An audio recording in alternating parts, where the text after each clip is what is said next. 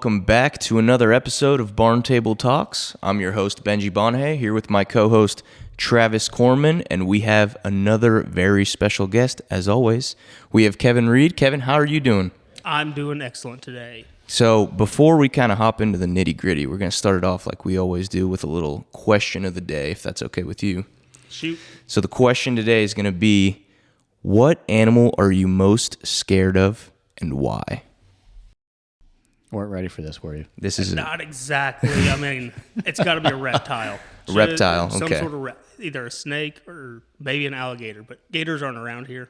So you don't have to worry about those, it. But yeah. snakes, even then, they're just slithering around. Is this a childhood fear? Do you have like a run-in with a snake? Have you been tortured? Like you had brothers, so I I mean, had brothers. did they and chase you? You know, we had a creek and a pond, and there'd always be snakes. What about frogs? Frogs don't bother me because there's no poisonous ones around here. I kind of like that frogs. I know of. Yeah. And plus, frogs are kind of cool. Yeah, they're not I bad. mean, they just ribbit and hop. Like nothing to worry about. They don't bite you. So the snake, because it can just sneak up on you. You don't even know it's there. Next thing you know, Bites you. Yeah, you're down on the ground. I agree. You're That's a done. good one. Yeah. I agree with that one. yeah. Travis, what do you got? Oh man, I guess I should have been thinking about mine, but I was engaged in the conversation. You're probably not scared of a bunch of stuff. I don't think you would be. A platypus. Platypus. Have you seen those? When are you going to run into a They're platypus? lethal. They're lethal. Like they venom. They bite. No way. I don't believe that. Is Look that it actually up, true? man. Look it up. I'm going to have to do my research after Yeah. this then. Look it up. I'm not a zoologist, so I cannot. I can't either. I can't verify it. I know they got beaks and they lay eggs, they don't have a they? tail. Yes, and a Beaks tail. their tail and lay eggs. You guys just described half of the animals in the world.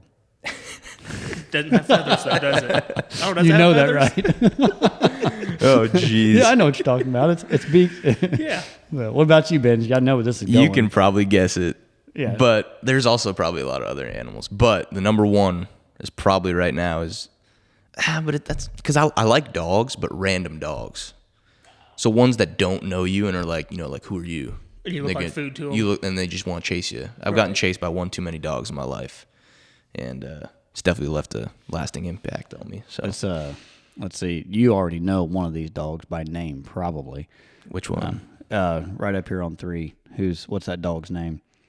The one that puts you like in its place, but then wants to be your best friend. Scout. Scout. Scout. I'm You sure know I've Scout. seen him Scout. sitting around here. Scout does scare me every now and then, but then he's nice. Yeah. So he is going to chase you down, but then as soon as his owners are there, he's like, "Oh, just come pet." Oh, he's a cool guy. He's a cool guy. Yeah, but it's always right when you pull in, it's like, uh-oh. So Dusty played a pretty good trick on Benji there a while back. Like he'll just randomly yell "dog" and take off running, and he just freaks out. Absolutely freaks out. You figured I'd learn too after a little bit. Like, all right, Yeah, he's there's messing no with dog. me. Yeah, but he got me good a couple times. So, Yeah. but So Boston, did you get chased by quite a few dogs then? honestly, Boston, not really, because most of the people had their dogs leashed there. No. The ones that I'll run into around here is like not leashed, and then they chase me once they're off their property down a road. And They need to have their teenagers leashed there. That's what they need to have. The dogs are believe okay. it or not, there probably is. Yeah. The dogs are not the problem. It's- That's not the problem. It's not what you should be scared Exactly. of. There's more. No. No. Well, I'll tell you what. Tell us a little bit about who you are, what you do, Kevin. What do you got? So again, my name's Kevin Reed. I grew up just a mile basically from here in Greensburg. Been with the farming operation since 2010 roughly. And before that, grew up working on the farm. My grandpa would always have myself and cousins and all that kind of stuff working on the farm growing up. And I just always loved it. Yeah. And that's what I've kept doing. And we also have Cova Fertilizer and ABF and a few other companies here in town, all ag based. And I just loved the farming aspect of it. So growing up, you always knew this is kind of what I want to end up doing, right? I wanted to end up in farming. In one shape or another, I would say so. I Yeah. mean, when you're growing up, do you really know what you want to do? When you're Usually 14, changes every week, yeah, exactly. right? Yeah. I mean, I think probably at one point, want to be a basketball player, 5'6", fat, not going to work out.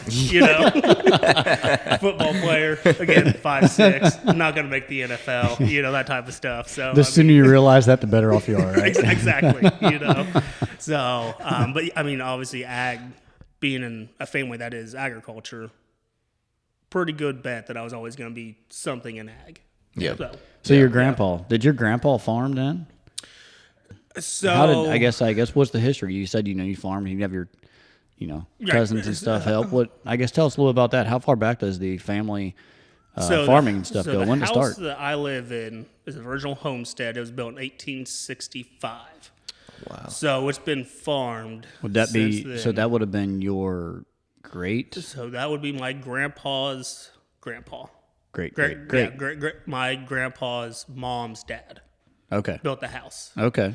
And but it hasn't always been farmed. It's always been owned by us, but not farmed by us. Gotcha. So back in the day, tenant farmers. Okay. Yeah. So we'd rent the house. Yeah, the farmer would live in that house, do the farming, and then it was about 96 or so whenever we hired Scott Smith, Okay. who's the other guy in the farming operation, and he started doing the farming. Then I'm the first one that's came back and actually done the farming.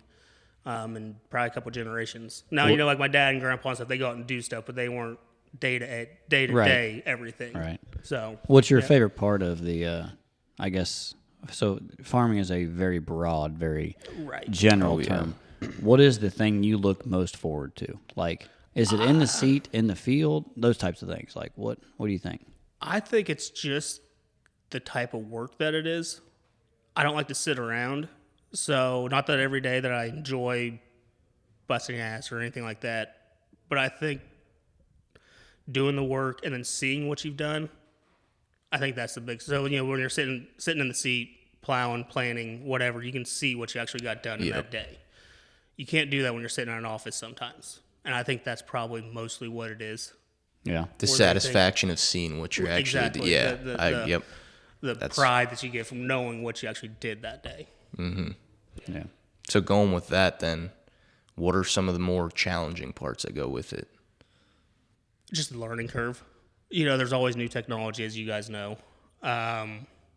Obviously, grain markets, no one knows what the hell's going on at any time, seems like. So are you selling for a loss or are you not selling for a loss? Is it a good deal? Is it not? Just one thing, like every day there's something different. Knowing where your loss is. Right. Knowing that operating cost line. Right. And that's a constantly moving line per se, because there's a lot of non-fixed costs that go into that. Exactly.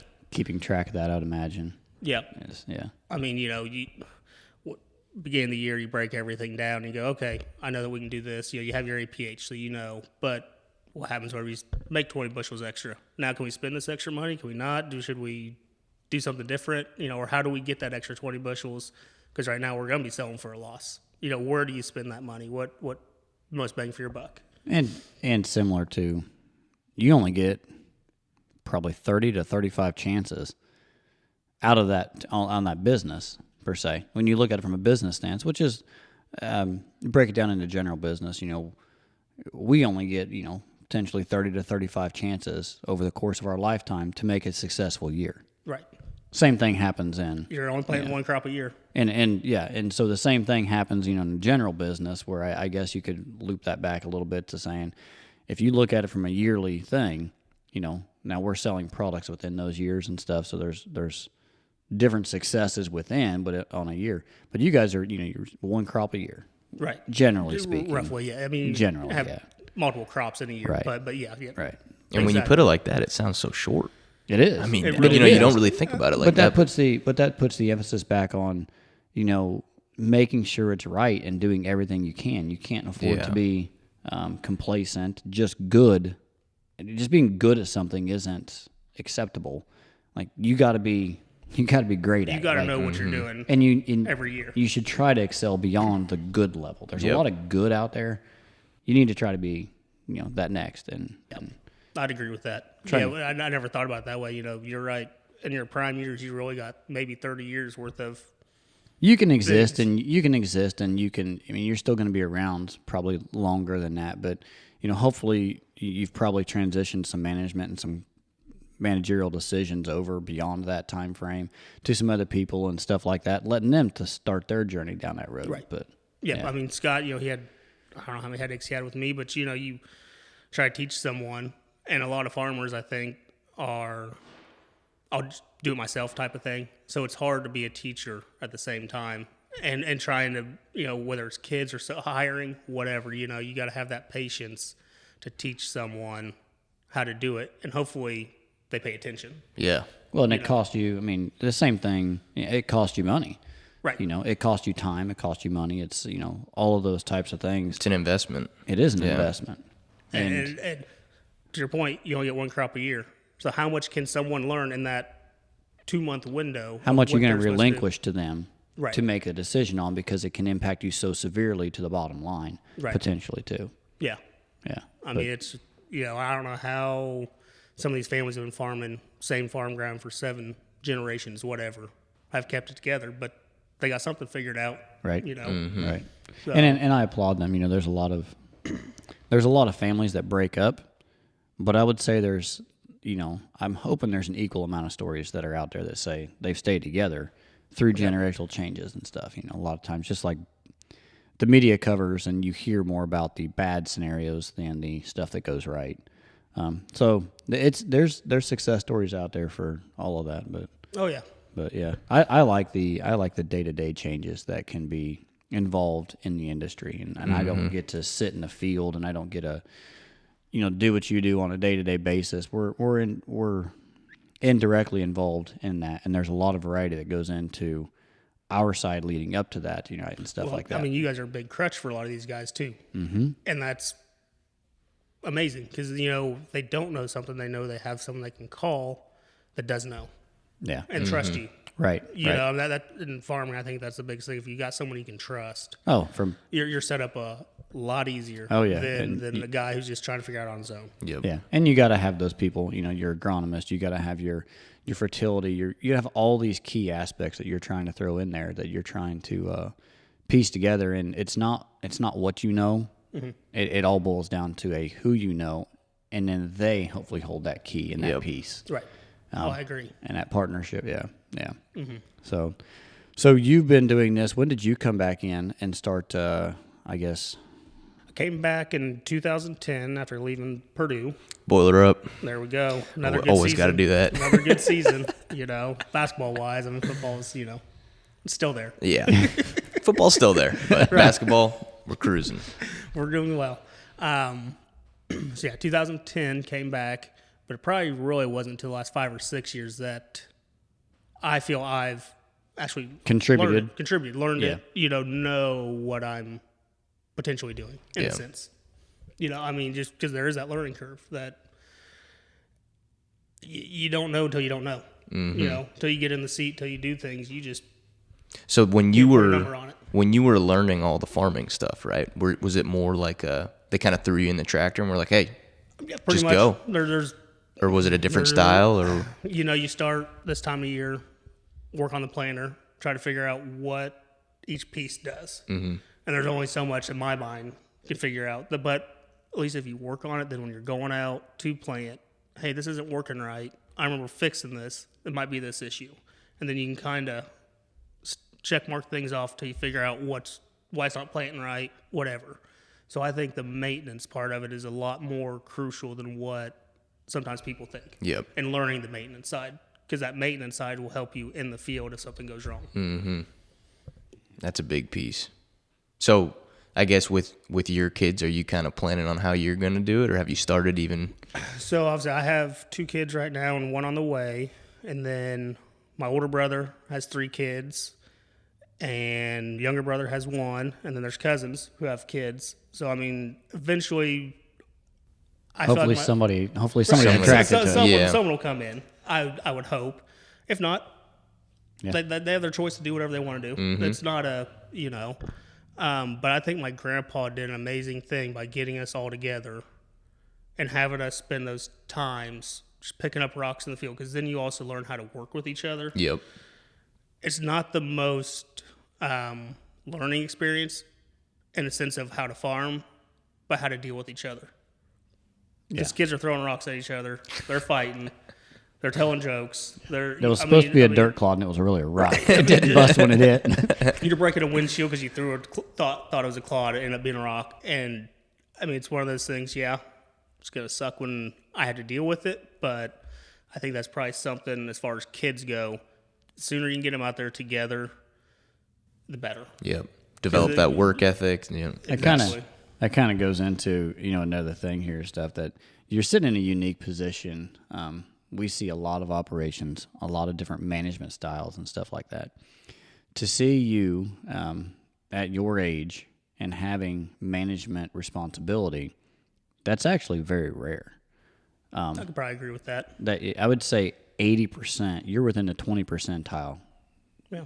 And I'm just throwing numbers out there. No research Right. backs that. But I think most people can go up and down the road and say, Grandpa may be 70, 75, and there's nothing against this, but they still heavily influence the decisions that the son, who's 50, makes decisions on the operation still, and stuff like that, and potentially even older than that. Right. It's very hard to give up that, I'm going to say that control. I'm going to say control it's the almost like a checkbook. power control in a sense. Control but the it is- checkbook, Right. essentially. Why do you think that is? If someone's done it all their life, they don't know what else to do. And especially on the farming industry, I feel like you live and breathe that farm. And if that's gone from you, you probably don't know what else to do. I think that's a big part of, especially the older So generation. it's not necessarily a thing where they don't believe that the other person could do it. They just don't want to be replaced and pushed to the wayside. Yeah. They probably just person enjoy wants it, to be yeah. replaced in a general sense. Yeah. I think that probably is a big part I'd of it. agree with that. I don't know if I've ever really thought about it from that standpoint, but when you look at it, every day, whether it was up at 5 or 7 or whatever time they start, it was they had to go Right. no matter what. And as you transition in years and start transitioning that over, those responsibilities and duties are being covered by someone else. Now you feel like you're being replaced. You mean like, whoa, this is... Right. What am I Some gonna people do? may be excited about this, Right. but others are like, I don't know what I'm going to do because I've never known anything but this. Right. You spent your whole life doing this. It's not, it's your business. It's your farm. It's your labor, your, time, money. What are you going to do? Play golf 7 days a week? I mean, a lot of farmers aren't going to want to do that. Right. They like being out there. That's why they chose to farm. They loved it. So you don't want to give up something you love. Exactly. That is their hobby. That is their Right. It's their lifestyle. It's everything in Yeah. a sense. And go back to if they're married or something like that, it's also their lifestyle. Mm-hmm. Their spouse's lifestyle. I mean, and stuff. So The spouse may not be able to handle you being there Right. more than 4 hours Right. a day. I mean, just you never had it. Now right, That's true. go do something. You need to be go busy. find something. Yeah. Leave the house. Yes. I mean, there's probably a reason why a lot of the old coffee shops are full of older farmers because they still got up at 5:36 and they just go hang out with their buddies drinking coffee till 9, but then they come back and help out on the farm a little bit. But if they can find a few things to break up the day, I think that probably helps things out. Yeah. Mm-hmm. Yeah. There's a lot of I'm going to call semi-retired or retired labor pool that we pull from within season to help with logistics and stuff like that a lot of times. Or maybe they're running a tillage tool, maybe they're doing stuff like that. And I think that's a piece that maybe it doesn't get it gets overlooked, maybe not as Right. appreciated as much. There's a lot of knowledge that sits in those seats. Oh yeah, A lot of times too that Yep. so From what I've understood is you guys are kind of part of some research too, right? Yes, we out are. at the farm. So what kind of research are you guys doing out there? So we do a lot of the fungicide testing, and we've stepped out to planter box, the adjuvants and that type of stuff. It started out just with adjuvants. Now we're doing fungicides. Now we're doing seed treatments. Chris Weed, which I believe you guys have met, obviously, handles most all that. Basically, all I have to do with that is get him the fields, and then I help flag that type of stuff. Gotcha. But he knows the companies, and he does all the middle work, I would say, getting things lined up and whatnot. And that came about because 10 years ago or so, and when these biologicals first started coming out, everyone was walking through the door at our main company at Cova saying, hey, I got the new, best, greatest thing. It's going to 5 bushels, 10 bushels, whatever, you know what I mean? And after about the 20th guy, in 2 years, you're like, does any of this even work? I mean, or are you just selling snake oils? Yeah. right. And so started making a list, figure out what's working, what's not working. for the farmer. Because even the farmer would come walking through the door saying, yeah, I read an article on this stuff. I want to try it out. It's costs this much. Let's give me 7 bushels. It should pay for itself. Come to find out, it made maybe 1 bushel, and now you're out money. Yep. So the biggest thing is to find the stuff that actually works for the farmer's ROI. Yeah. Now, if a guy wants to come in and still order something, that's on him, but we can direct him and say, hey, we have 7 years of data on X product. It's always giving you a positive return. Just stick with that. Mm-hmm. And there's so much stuff out there. We're probably leaving stuff off that may actually work, but there's only so much land. Yeah. Right. You can only do and time. And time. Because you're putting out. You're still having to field production row crop. Right. Along with a research, extensive research plots, right. and stuff as well. So. Yeah, being right there on 3, everyone's, why is there so many flags out there? What do you guys, there's always this question. It's like, well, we got the products here, how everyone is. They drive down the road, they go, what are those idiots doing? What are they doing now? Just. That must be awesome working with Chris, too, because we had him on a podcast, and how passionate he is about what he does. Oh, he's a great guy. I've never heard someone talk about doing research like that in such a more uplifting way than what he did. He was just... I don't know how old he is. He's obviously a little older, but he still has the fire. Still has the fire, the drive. Still has all that. It's kind of amazing. That's where I hope that I can, possess and have that when I get that far into my career as well. Any of us, really. Mm-hmm. Right. Anytime you find someone. We're still around, first off, and then yeah. to even care that much about something, it's pretty amazing. Yeah. Anytime you can find someone with a passion for their piece of the pie in the world, whatever it is, right? Mm-hmm. That it's always fun to be around because they're energetic about what they do. Yep. 90% of the time. Is there one piece that stands out like that you're like, oh, I always look forward to on? I don't know if anybody probably. But on some people on look the research forward. side or just on farming. Either way. Research side of it. Seeing you guys do that drone plot last year was actually really, really cool. Yeah. Just the way that it can just jump from one to the next. It's amazing where the technology is. It is. It just, because I don't know if anyone knows, but they're all blocked. So we have, I think there's like 40 of them and 4 replicas. So for it to be able to spray in this little area here and then just go over, spray the next little area without having to spray the whole field at one time is just, for test plots, is amazing. Yeah. And I don't know if anyone really thought that that's how the drones would could be used or not. Right. Or if that's something you guys said, hey, no, it can work. Well, I really highly doubt we were the first to try and do something like that by all means. I think it's just here's an application it could fit and saying, oh, man, this is... But yes, you're exactly right, not having to go over the top of everything. And they do have their place. Right. But they're not going to replace other options out there on the field either. Yeah. It just physically can't do that, but yeah. The other part of it, I love harvest. Planting is fun. Planting but is it's stressful. nerve-wracking. Yeah, it's nerve-wracking because you're putting it in the ground and you're not going to see anything for 2-3 weeks sometimes, and you're going, is anything going to come up? Am I doing it? Did I screw something up? Did I not screw something up? Did this work, not work? All the questions flood in. Exactly. Yep. Well, you got 2 weeks, you're constantly looking. The weather, you put all that out there. Yeah. Right. And I love planting, but I think because of that 2-week time period after you plant, it can be stressful. You're out there digging seed going, okay, it's sprouted. It's just not coming up. Now, if we don't get any rain, is it going to come up? Is it not? Is it crusted over? Is there a bug that's eating it? What? Yeah. Yeah. A million things. So I think harvest is because then you see the numbers of the work that you did that year. Yeah. And then it has its own struggles, long hours again, all that kind of stuff. But it's kind of a game too. Try to figure, okay, we only got so much bin storage. How are we going to, it's kind of fun to figure out what you need to do each day. Is this going to fit here? Do we need to move it here? Do we need to go start trucking? Do we need to, And is that, do you have kind of the same pattern year to year, or does that change? Obviously, with weather and everything, that'll change. Weather will change. We try to get the beans out first. Okay. We try to plant beans earlier, and then we try to get them out first. Do you have a go date on beans that you try to put out there, or do you really look at weather? It's just weather based. You do. If the 14th of April looks good or something like that, obviously you have your crop insurance date. Right. So you want to base it off of that. That way, at least if something bad happens, it's covered. With replants, do you feel like that's even as important anymore?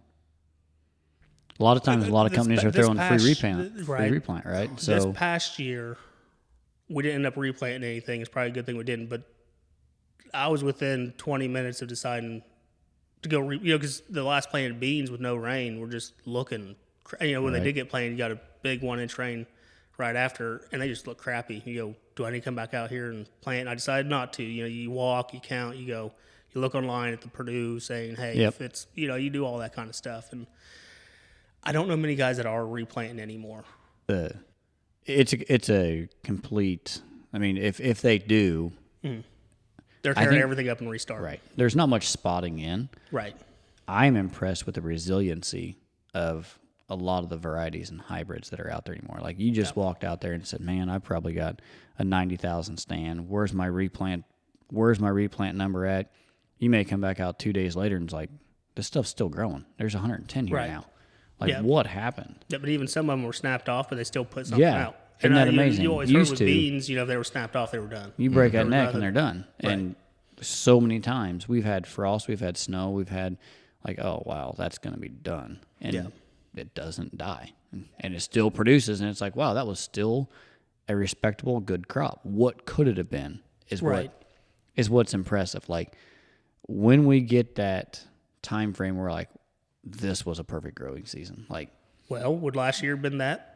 From the corn yields, anyways, with the little amount of rain that we had. That's it, though. Like, what happens if we would have had regular split rains on regular intervals? Like, you're trying to picture this perfect growing season in your mind that will never exist. Right. But the potential is out there for, like, where does that put us? Because last year off the wet, the super dry forever. Yep. Like, and we were borderline disaster. Mm-hmm. I mean, we were when you guys came out to do that test plot, we still had questions. Should we even be doing this? Should fungicide even be put on this stuff? Because we don't know what's even out there. You can go out and walk it, but you're not getting a good feel. And I mean, even after that, I'd walk and go, I don't think there's anything out here. But somehow, when that combine rolled through there, all our bins were full. Yep. I mean, just. Yep. I think that, like I said, the hybrid vigor and stuff like that, it really takes and secures the bottom end harder. It's really setting that higher on the level. Instead of just getting an 80 bushel crop, you may now a bad crop. These are just not maybe 150. Right. Or a surprisingly high number for the stress that it went through, maybe. Yeah. I think it was the drought year 2011 or 12, somewhere right around there. And I was working on the farm, but that was time period where I still wasn't, I'd say, paying attention the most. 30 bushels, was kind of an average. Mm-hmm. Is that the lowest number we'll ever see again? Because, like you said, these genetics, and until something real bad happens, you don't know. But I think the top end, I think anything a farmer does can be the more detriment than what the seed can produce, if that makes sense. I think the seed has a potential of 350 bushels. Right. The more times you go across it, this or that, I think while we're all doing our best to raise the best crop, I think there's times where we are the ones who are stagnating it more than anything. Yep. Mm-hmm. Just by not having the planter set right, doing an extra pass, running over stuff where we don't have to, just all that type of stuff. So we all learn every day, like sometimes in a hard way, and we would look back and be like, man, I don't ever want to say that was a bad decision or I regret that decision because I don't live that way. But do you have something that stands out in your mind that you would have learned after the fact and said, I wouldn't make the same one twice? Is there anything that jumps out in you and like a learning moment saying, wow. About 10 years ago, I'd say, so we were raising non-GMO corn. I just finished spraying beans. I didn't get the sprayer completely cleaned out. Killed about 20 acres of corn. So our triple rinse. I did not get it completely clean, or something. I'm assuming I just didn't flush enough water, didn't triple rinse, didn't use a cleaner, something. Still had some Roundup in there and killed about 20 acres of corn. And then had to live with watching it die. Exactly. And then again, the combine comes in and 30 bushels. You know what I mean? And then the rest, you just see the corn was here, and it just, got better at. You could tell Yeah. exactly where that next load of spray came in because it was fine. Yeah. Yeah. So But from that, I you've learned. I do a damn good job of cleaning out the sprayer now. Now, Yeah. never make that mistake again. Exactly. I mean, again, younger. I won't say I didn't care, but it's like, I need to spray this corn and these beans. Just hurry up and get it done. Getting it done was more important than doing the quality. Exactly. And now And quality takes more of a precipice than And I think that is a transition from younger and stuff like that I've seen myself make too. Like I was like, man, I can run gun, I can do all of this. Yep. And in my eyes, it was at the same quality I thought at the time as what everything else was out there. Right. But I'm sure through another lens, through someone else looking at it, it was like, yeah, no. Focus on quality, not quantity. Right. Do a good job once versus having to do the job over twice type Right. thing. And I think that just happens with time. And Again, you're talking about that 35 years of experience. And I think the younger, the more energy you have, because you have so much energy, you don't think about all the consequences. You can just go. right. I mean, as you get older, you slow down a little bit. And I don't think that you slow down. In a sense, it's that you realize I need to slow down to do it correct. What you maybe thought, this job entitled 5 pieces to complete this when you were, 20 years old, whatever it was, right? Now, the same job, you're like, well, actually, there's 8. And those 8 take this much more time. Right. And I need to do this correctly. You were missing that because you never saw it in the beginning. Like you didn't know what you didn't know, Exactly. type thing. So Yeah. yeah, You just think you're putting seed in the ground and harvesting at the end of the year. In a general sense, even people who grew up on farms, I think have that mindset. I think I- that you I know, really I do. agree. I think so. I agree. In some aspects, yeah, I think Right. that there's this is an easy, and some people do make it an easy way of life. Mm-hmm. And I don't want to, but I think that they don't maximize what they're getting out of their operation either.